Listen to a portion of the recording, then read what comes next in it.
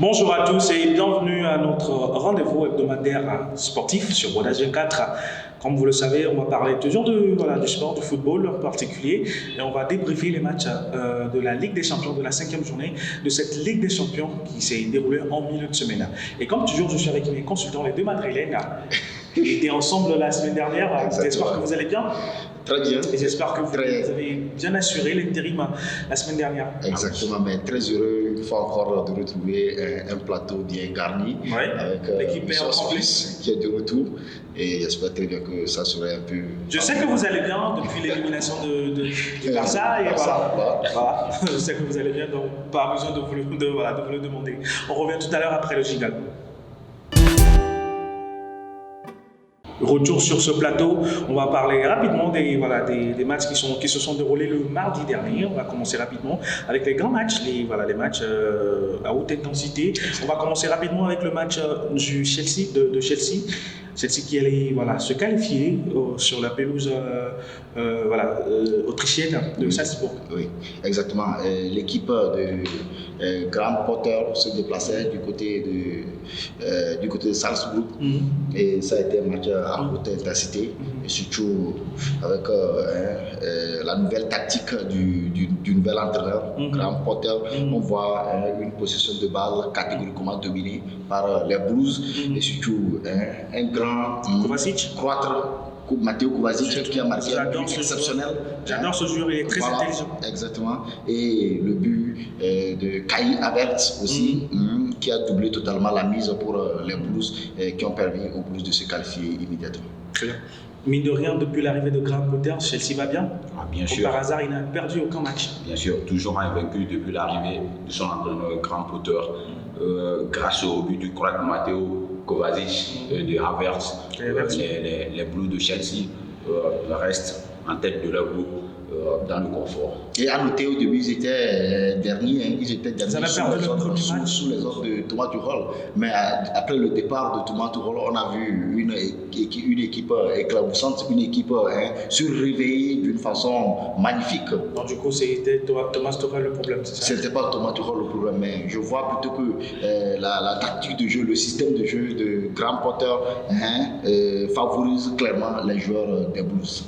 Au-delà de ça. Et surtout aussi, à noter les recrues, il y a eu de nouvelles recrues comme le Gabonais Pierre-Emerick Aubameyang et Wissam Fofana et autres. Et même Kepa qui a relégué finalement Edouard Mendy. Ah oui, c'est ça. Il a profité plutôt de la blessure d'Edouard Mendy pour occuper actuellement, il n'est plus blessé. C'est plus, voilà. Là, j'ai entendu Graham Potter dire dans un débat, dans une interview, comme quoi il adore plutôt le jeu au pied de Kepa Arrizabalaga. C'était une lacune que traînait Edouard Mendy. Donc là, il préfère plutôt le jeu au pied de Kepa, qui va beaucoup peser sur cette équipe. Oui, vous savez, au début, c'était Kepa le numéro 1, mais avec des erreurs qui se multipliaient à chaque match, donc ils étaient obligés de lui reléguer au deuxième rang. Et Edouard Mendy occupait le premier rang. Et exactement, Edouard Mendy, il a su faire le boulot. Il a fait un boulot exceptionnel. Je ne peux même pas citer les clean sheets qu'il a fait durant les saisons dernières. Donc, j'espère très bien revoir le gardien. Kalidou Koulibaly aussi se retrouve sur le banc depuis l'arrivée de Graham Potter. Voilà, pour Kalidou Koulibaly, c'est un peu logique parce que depuis son arrivée de Naples, on ne voit pas un grand Kalidou Koulibaly de Naples. Son jeu a catégoriquement régressé. Voilà. C'est pas le Chelsea Football Club. Dans le même groupe, le Milan AC qui s'est fait une santé quand même, qui a perdu les 2 derniers matchs en Ligue des Champions. Milan AC s'est fait une très bonne santé en allant s'imposer à Zagreb en Croatie. Le Dynamo Zagreb 4-0 avec un but de Rafael Leao, déjà Gabia précédé de Gabia, et 0-0 sur penalty. Et Lubicic. Et voilà, justement. International français, depuis fort longtemps, il avait soif de but. On a vu, il a transformé ce penalty. Après aussi, les actions ont suivi. Il a cherché encore à doubler. Malheureusement, l'entraîneur a décidé de lui faire sortir. Moi, je vois cette équipe de Milan complètement chargée pour aller encore bousculer, aller loin. Très bien. Un autre match qui était également attendu, le retour du cyborg norvégien sur son ancienne pelouse, le Signal Iduna Park. Dortmund 0, finalement 0-0 entre Dortmund et le Manchester City. Exactement. Avec encore un raté, le énième raté de Riyad Mahrez. Finalement, les pénaltys sont contre lui. Hein. Bon, en tout cas, je suis un peu étonné. J'ai été totalement persuadé par ce choc qui opposait Dortmund et Manchester City, le club l'ancien club d'Erling Haaland. Bon, quand on voit les stats, on constate que sous l'ère de Pep Guardiola, l'équipe de Manchester City a plus perdu, a plus raté les pénaltys. Mais cela est dû à quoi? Normalement, pour tirer les pénaltys dans un match, cela se fait à l'entraînement. Cela se fait à l'entraînement et je suis un peu convaincu, je suis un peu, c'est-à-dire étonné du fait que Riyad Mahrez tire. Il n'y avait plus de De Bruyne sur la pelouse, Haaland non plus. Donc, voilà. Oui, mais pourquoi? Bon, ok. Et dans un match comme celui-ci, pourquoi ne pas retrouver Erling Haaland sur la pelouse et tirer le penalty, or que vous ne gagnez pas? Donc vous voulez que Erling Haaland joue tous les matchs du... Non, il n'y a pas d'enjeu, même si Erling Haaland c'est une machine à but, mais la machine aussi se repose. Nous voyons complètement que ce match, il n'y a pas d'enjeu pour les hommes de Pep Guardiola, d'où le remaniement du groupe, faire reposer les pivots, les cadres de l'équipe allaient se reposer. Logique, les choix de Pep Guardiola. Un autre match qui a vu Lionel Messi briller, le meilleur joueur du monde, briller. Alors c'est le match du Paris Saint-Germain qui a écrasé le Maccabi Haïfa 7-2 avec un énorme Lionel Messi. Ah oui, bien sûr, maintenir l'exigence et aussi le côté, moi j'aimerais encore souligner les choix forts de Christophe Galtier. On a pu voir au début de saison, comment l'appelle-t-on, dans une formation très amalgamique. Maintenant, il se repose sur un 4-4-2, d'où il place 3 milieux de terrain, pour moi en termes d'efficacité, ce qui a permis d'avoir un grand PSG face à ce club. Décidément, Messi s'est intégré dans cet effectif. Je vois que Lionel Messi a retrouvé très bien ses couleurs du FC Barcelone actuellement. Au PSG, on voit un grand Lionel Messi qui marque des buts fabuleux, des buts exceptionnels et un trio offensif qui marque correctement, qui combine aussi très bien.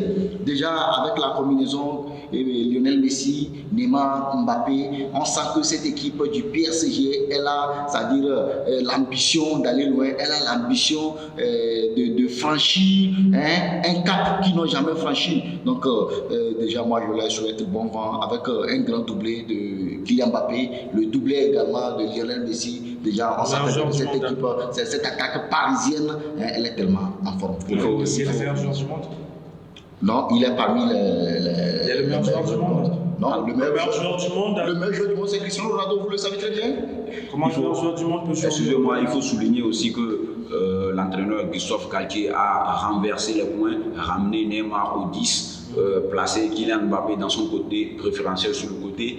C'est ce qui a fait en termes d'efficacité avoir ce grand PSG et surtout aussi le grand retour d'un grand Lionel Messi. Lionel Messi est le meilleur joueur du monde, on est d'accord? Ah oui, bien sûr. Merci beaucoup. Dans le même groupe, on remarque également cette équipe de Benfica qui est de plus en plus surprenante, qui tient tête à ce Paris Saint-Germain, qui est au même point que ces Parisiens.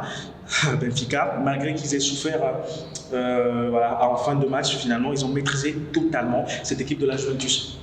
Ouais, la vieille dame. Je ne sais pas absolument, je suis très dubitatif que ce soit sur le côté de l'entraîneur ou les joueurs. On a vu cet été un mercato très intéressant. Maintenant, on voit les problèmes d'adaptation. Angel Di Maria, fraîchement arrivé, qui, pour moi, devrait donner la fraîcheur dans l'animation offensive, qui est blessé. Paul Pogba, qui n'est pas encore à sa forme, qui n'a pas encore joué quelques minutes de la Ligue des Champions. Sincèrement, on en a parlé sur ce plateau, une équipe de la vieille dame très très décevante. À mon avis, cette équipe de la Juventus de Turin, elle continue toujours par se noyer. Elle n'arrive pas à retrouver son haut niveau, elle n'arrive pas à retrouver son bon jeu qu'elle nous avait montré dans les années passées. Et je suis un peu étonné pour Massimiliano Allegri qui n'arrive pas toujours, mais on sait très bien que cette équipe, elle n'a plus les moyens pour se relever dans ce groupe. Mais il faut faire tout possible pour sauver l'honneur quand même. On va quand même parler des choses positives. Il y a quand même une équipe qui surprend de plus en plus. Même déjà de la saison dernière, ils ont quand même éliminé le Barça. Là, aujourd'hui, ils tiennent tête au Paris Saint-Germain. Ils sont premiers ex-aequo de leur groupe avec 11 points, je crois. C'est 11 points, ils ont 11 points, j'espère. Oui. Voilà, donc c'est une équipe qui tourne très très bien. Surtout, ils sont injouables sur leur pelouse, au Stadio Dallos. Cette équipe de Benfica, c'est une équipe depuis fort longtemps. Elle est totalement forte, surtout avec des attaquants qui combinent bien, des attaquants qui s'entendent, et surtout le système de jeu de leur entraîneur qui marche très bien pour eux.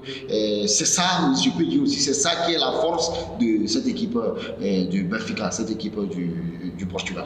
Au-delà de ça, moi je vois un groupe très très soudé. Quand on parle du football maintenant, on sait bien que c'est à deux roulés, ça se joue physiquement sur le terrain, mais les jeunes garçons, à ce qu'ils nous proposent mentalement, ils sont exceptionnellement préparés. Et pour terminer, la force du caractère y est dans cette équipe. Parlant de force, il y a une équipe qui a été plus forte finalement que le Real Madrid cette saison. Il s'agit du RB Leipzig. Oui, je savais très bien que vous allez dire ça. Voilà. Ce match, ça a été un match totalement maîtrisé par cette équipe de Leipzig. Déjà, avec une possession de balle dominante des Madrilènes. Oui, ils ont dominé le match 56-44. Oui, et les hommes de Carlo Ancelotti ont maîtrisé le match. Mais finalement, c'est les buts qui n'ont pas été au rendez-vous à leur faveur. Vous voyez. Et déjà, la défense, elle est totalement flottante. On n'a pas vu une défense du Real Madrid défendre comme elle défendait. Donc, heureusement qu'ils se sont déjà qualifiés. Et donc, on attend le prochain tour pour voir la vraie face du Real Madrid de Carlos Ancelotti. Cette fois, il n'y a pas Rudiger qui a surgi en fin de match pour sauver le... Bien sûr, privé de ces joueurs cadres pour des raisons physiques et techniques. Quand je parle de Valverde, Modric, Karim Benzema, mais ce que moi je ne comprends pas, c'est que je ne comprends pas parfois les choix de Carlo Ancelotti. Faire jouer Camavinga au 10, non, c'est pas du tout possible. Camavinga, on a pu voir des matchs précédents que quand il est bas, il joue à la place de Casemiro ou Tchouaméni, il est plus à l'aise. Maintenant, moi je m'attendais à un certain Eden Hazard, Rodrigo, Vinicius, mais c'est pas ce qui a été... Mais Vinicius, à noter, Vinicius et Rodrigo ont été totalement flamboyants parce qu'ils ont montré leur bon football. Rodrigo a marqué, Vinicius a marqué, on a vu l'accélération de Vinicius sur le côté gauche, l'accélération de Rodrigo sur le côté droit. Cher Madrilène, voilà. si on va rester sur ce sujet, on ne va pas finir cette émission. On va revenir tout à l'heure après le jingle. Retour sur ce plateau, on va enchaîner avec les matchs qui se sont déroulés le mercredi dernier. Un match qui a d'emblée éliminé le Barça avant le match contre le Bayern Munich. Voilà. Le match était le match contre l'Inter et le Viktoria Pilsen. Finalement, il n'y a pas eu de miracle. L'Inter a passé facilement. Ah, bien sûr, doublé d'Edin Dzeko, le Bidouzer qui a aussi retrouvé le chemin des filets. Bravo à cette équipe. Je pense qu'elle a su maintenir le cap pour pouvoir jeter les hommes de Xavi avant même qu'il ne joue. Ce groupe, ça a été un groupe catégoriquement serré. Déjà, un groupe dans lequel on retrouve le Bayern Munich, le FC Barcelone et l'Inter de Milan. Le Viktoria Pilsen clôturait. Déjà, nous on s'attendait à une qualification nette du FC Barcelone, mais malheureusement, ça n'a pas été le cas pour les gens de Xavi. Et surtout, avant qu'il n'ait joué, déjà, il se voyait éliminé catégoriquement avec la victoire exceptionnelle de l'Inter l'Inter de Milan, 4-0, une équipe qui a su maîtriser le score et envoyer immédiatement l'FC Barcelone en Europa League. Et parlant du FC Barcelone, cette équipe n'a carrément pas existé devant le Bayern Munich. Elle est restée faible, timorée. Non, quand vous me dites faible, je suis complètement contre vous. Cette équipe-là, on voit de l'enthousiasme. Ah oui, elle était plus forte que le Bayern? Non, quand on parle de force, vous parlez de force dans la technicité ou bien dans la possession de balle. On a pu voir un certain Fred Kessie est venu casser le rythme des Mais à noter actuellement, le football moderne ne s'appuie plus sur la possession de balle. Bien sûr. C'est marquer et faire gagner son équipe. C'est la continuité de l'histoire qui me donne tort. Oui. Pour moi, cette équipe de Xavi, elle a des atouts nécessaires pour aller bousculer encore. Mais malheureusement, elle n'a pas gagné. Il y a l'Europa League, ce n'est pas encore perdu. En championnat, notons également qu'il est deuxième à 3 points du Real Madrid. Pour moi, cette équipe, rien n'est encore fait. L'Europa League aussi, c'est une compétition très très importante. J'espère avoir... Mais en tout cas admettons que cette équipe du Bayern Munich, elle a été catégoriquement forte plus que l'équipe du FC Barcelone. Je vous remercie, monsieur le Madrilène. Je vous remercie, monsieur le Madrilène. On va continuer cette édition. On va continuer cette édition parce que quand ça part du Real et du Barça, on n'en finit jamais avec vous. Sinon, il faut qu'on s'arrête un tout petit peu. Là, on va parler quand même d'une équipe qui tourne quand même très très bien, le Napoli, qui a dicté sa main devant cette équipe écossaise, les Rangers. Cette équipe de Napoli, elle continue toujours par récidiver avec des victoires sur victoires en championnat comme en Ligue des Champions. Ça marche très bien pour cette équipe. Et surtout le fils de Diego Simeone qui montre de bonnes performances actuellement en Ligue des Champions comme en championnat. Giovanni Simone qui a fait un doublé qui a permis à son équipe de cartonner immédiatement le Rangers Club FC. Déjà cette équipe de Naples, elle montre qu'elle a de bonnes cartes pour pouvoir aller loin dans cette compétition. Quand on voit ces équipes du FC Barcelone qui s'éteignent en Ligue des Champions, les équipes du FC Barcelone, la Juventus, il y a également des équipes qui renaissent, des équipes comme le Benfica et même le Napoli. Finalement, on peut se dire que ce sont des équipes qui vont faire très très mal dans les tours précédents. Bien sûr, on a toujours dit ça. Après tout, ce qu'il faut retenir, c'est que le football nous apprend à avoir beaucoup de l'humilité. Il ne faut pas trop se précipiter. Sinon, cette équipe de Napoli, moi, elle a les atouts énormes pour aller bousculer la hiérarchie. Je l'ai une fois dit ici. Pour moi, sincèrement, pour être honnête et pragmatique, elle est l'équipe la plus grande favorite pour cette compétition. Ok, d'accord. Et il faut quand même pas enterrer cette équipe de Liverpool. N'oubliez pas quand même l'équipe du Real Madrid. Merci. Et parlant de cette équipe de Liverpool, finalement Liverpool s'est racheté définitivement en Ligue des Champions.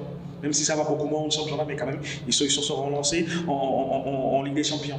Voilà, avec une victoire nette, 3-0 à l'extérieur, je répète toujours, à l'extérieur, déjà c'est exceptionnel pour les hommes de Jürgen Klopp qui ont pu maîtriser catégoriquement l'Ajax Amsterdam, une équipe de l'Ajax Amsterdam qui a quand même produit un bon jeu sur le terrain, mais malheureusement les attaquants n'ont pas été au rendez-vous. Ils ont légèrement dominé le match. Ils ont légèrement dominé le match, certes, mais en termes de but, ça n'a pas été le cas pour eux. Ils n'ont pas pu concrétiser les occasions plutôt. Ils ont perdu des occasions. Les occasions qu'il ne fallait pas rater, ils les ont ratées et ça paye cash. Et les hommes de Jürgen Klopp ont profité immédiatement avec un grand Mohamed Salah et le but de l'Uruguayen Nunez.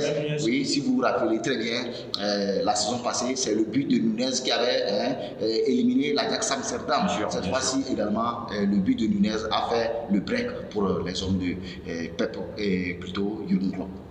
Décidément, cette équipe de l'Ajax, depuis l'épopée de 2019, avec cette pléiade de très jeunes et très talentueux joueurs, l'épopée des Frankie de Jong, même Eric Ten Hag, les Dusan Tadic, David Neres, etc.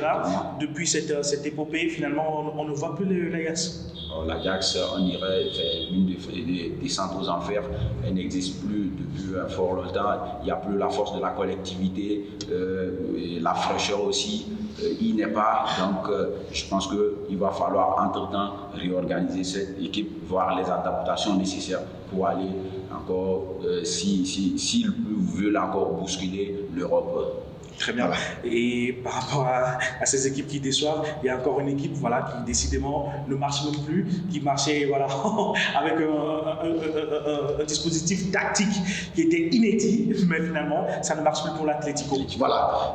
C'est un match qui a catégoriquement étonné les amoureux du football. Si vous avez eu la chance de suivre ce match, vous allez le dire également. Parce que, pourquoi je dis ça, c'est un match à polémique. Quand je dis à polémique, je pointe du doigt immédiatement là-bas, l'arbitrage. Pourquoi? Un match qui s'est joué et s'est soldé à 2 buts partout, l'arbitre siffle la fin et j'ai été un peu étonné du fait que l'arbitre fait revenir encore le match en sifflant un penalty, en offrant un penalty pour l'Atlético Madrid. Mais malheureusement, ils ont raté. Yannick Ferreira Carrasco, le Belge, est parti tirer, le gardien l'a arrêté. Je me permets de vous arrêter, oui. Mais quand ça vous avantage, vous n'en parlez pas. Autour de 2 saisons en arrière, ça s'est passé entre le même scénario s'est passé entre Manchester United et Brighton. Je suis sûr que vous vous rappelez de ce match. C'était des matchs qui terminaient, mais finalement, ils ont fait un penalty avec le match qui s'était terminé. Mais Bruno Fernandes, il a transformé ce penalty. Très bien, très bien. Là, vous avez parlé de la première ligue. Ici, c'est la Ligue des Champions. Normalement, c'est la reine des la reine des compétitions, normalement, il faut respecter les instances du football. Il faut respecter les règles de footballistique. Ici, on voit un match qu'on siffle la fin et vous ramenez le match pour cause d'un penalty. Or que c'est pas logique. C'est pas logique. Et pour l'injuste, Yannick Ferreira Carrasco est parti rater le penalty. Bien sûr. C'est ça qui a envoyé immédiatement l'équipe de l'Atlético Madrid à l'Europa League. Si moi j'ai quelque chose à ajouter, moi je pense que personnellement, Diego Simeone est à l'épilogue de son ère. On doit changer les plans. Diego Simeone, peut-être il doit céder sa place. On voit également la tactique de jeu de Diego Simeone qui est un petit peu archaïque. Actuellement, le football est modernisé. Il faut un nouveau système. Normalement, il a des atouts, il a des armes pour pouvoir relever le niveau de cette équipe. João Félix, qu'on ne voit même plus. Or que João Félix, qui était du côté de Benfica, éclaboussé normalement. Actuellement, on ne voit plus un João Félix. Il y a le jeune Uruguayen Correa, qu'on ne voyait même plus. Un jeune talentueux comme cela, est-ce que ces joueurs qui est sont perdu dans les radars. Est-ce qu'ils sont en forme? Non, bien sûr. Ces joueurs sont forts, mais ces joueurs sont mal utilisés par le coach. Ils sont mal utilisés. Quand on prend le cas surtout qui me fait très mal, c'est le joueur portugais, João Félix. Après, je vous envoie le mail de l'Atlético. Vous allez postuler pour remplacer Diego Simeone. Et dans le même groupe, il y a le FC Porto qui allait dicter sa loi en terre belge. Bien sûr, le FC Porto, en rentrant, a pris sa victoire dans l'avion. C'était flamboyant. Exactement. Ils étaient en train de regarder quand Ferreira Carrasco était en train de rater le penalty. Finalement, Porto se qualifie également et laisse derrière l'Atlético Madrid. Bien sûr, de grandes compétitions, de grands clubs. On a pu, je l'ai dit ici l'autre fois, c'est un réguleux de la compétition. Donc l'expérience aussi y est, ça joue. Très bien. Décidément, je pense qu'il n'y a que le Real Madrid qui reste dans cette compétition. Non, le Real Madrid. FC Séville Séville également pourrait être éliminé, n'est-ce pas? Oui, le FC Séville est éliminé. Voilà, donc finalement, c'est seulement le Real Madrid qui reste en Espagne, dans cette édition. C'est pourquoi on a devant favori. Quand on voit le championnat espagnol, c'est un peu dommage de voir ça, parce que dans les années passées, on n'a jamais vu ça. Au moins, il y a toujours deux représentants, si ce n'est pas le Real Madrid, l'Atlético, si ce n'est pas le Barça, le Real Madrid, au moins on trouve 3 ou 4. La qualité vaut mieux que la quantité. Exactement. Voilà. On va terminer avec ce groupe. Merci. On va terminer avec ce groupe, le groupe D. Le groupe D, qui a connu, quand même, qui reste quand même ouvert. Un groupe qui reste ouvert, un groupe qui reste, qui garde le suspense. Oui. Et Tottenham et le Sporting Portugal qui n'ont pas fait mieux qu'un triste 1 but partout. Voilà, ça a été un match c'est-à-dire un match très très chaud pour les Spurs. Du coup, ils espéraient se qualifier, mais malheureusement, ça n'a pas été le cas. Il va falloir attendre le dernier carré, il va falloir attendre le dernier match pour pouvoir espérer se qualifier. Du coup, ils espéraient qu'ils vont gagner cette équipe du Sporting, or que cette équipe du Sporting ont aussi maîtrisé le jeu des Spurs, parce que Antonio Conte au départ se disait non que le duo Son Kane allait marcher, mais malheureusement ça n'a pas été le cas pour eux, et c'est ça qui a été l'échec des Spurs. Il faut noter que l'Olympique Marseille aussi n'est pas encore disqualifié. Oui, on va revenir quand même. Justement, parlant de l'Olympique de Marseille, la finale, c'est le dernier match, c'est la finale entre Tottenham et l'OM. Oui. Et là, on a vu que vous êtes voilà, élégamment dans les couleurs. Bien sûr, je suis en train de faire l'éloge de l'Olympique Marseille, qui pour moi est l'immense club encyclopédique français de l'histoire. Vous-même, vous savez de quoi je parle. La corruption de Bernard Tapie, on entend. Excusez-moi, c'est pas ça. On n'a pas beaucoup de supporters, mais on a les vents favoris pour aller faire mal. Alors, sur ce match, je suis complètement d'avis que l'Olympique de Marseille, avoir notre stade emblématique immense qui est Vélodrome, tout peut jouer. En tout cas, vous dites tout peut se jouer dans ce groupe D, mais à mon avis, ça va être deux finales à distance. Exactement. Du coup, on retrouve entre les trois. Entre Marseille et voilà. Oui, Marseille aussi. Malheur aux vaincus. Plutôt entre les quatre et non les trois. Non, voilà, le Sporting, il est out, hein, franchement. Je ne vois vraiment pas où est-ce qu'ils peuvent se qualifier. Ils ont 7 points. Voilà. Et le dernier match. En tout cas, pourquoi vous donnez la chance au Sporting plus que le Marseille? Mais c'est pas possible. Le Sporting a 7 points, Marseille a 6 points. Bien sûr. Le premier a 8 points dans ce groupe. Donc déjà, le là, Sporting est bien placé. Toutes les 4 équipes peuvent se qualifier. Non. Donc là, le suspense. Tu peux y arriver. Donc le dernier match, on va quand même, voilà. C'est ça que j'ai dit. Dans la semaine de demain, la semaine prochaine, on va plutôt suivre les matchs de ce groupe D qui Pour promet. moi, peut-être, c'est pas peut-être, c'est quasiment le groupe de la mort. Moi, je préfère quand même que Marseille se qualifie. avec Tottenham. Et voilà, Marseille va tomber sur certains. Excusez-moi, vous préférez Marseille va se qualifier. Je préfère qu'il se qualifie. Et là, j'aimerais quand même récupérer le Francfort, voilà, en Ligue des Champions, en Ligue Europa avec le Barça. Et là, on va voir comment on va faire la revanche.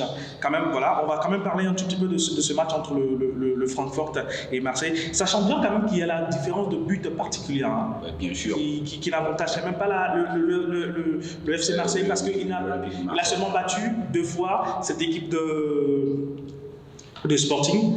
Donc là, si ça va se jouer quand même à... L'obligation, c'est de gagner Tottenham. Exactement. Ils n'ont plus d'autre option que de gagner. Voilà. Je connais les joueurs marseillais, je connais les supporters marseillais, je connais le stade Vélodrome.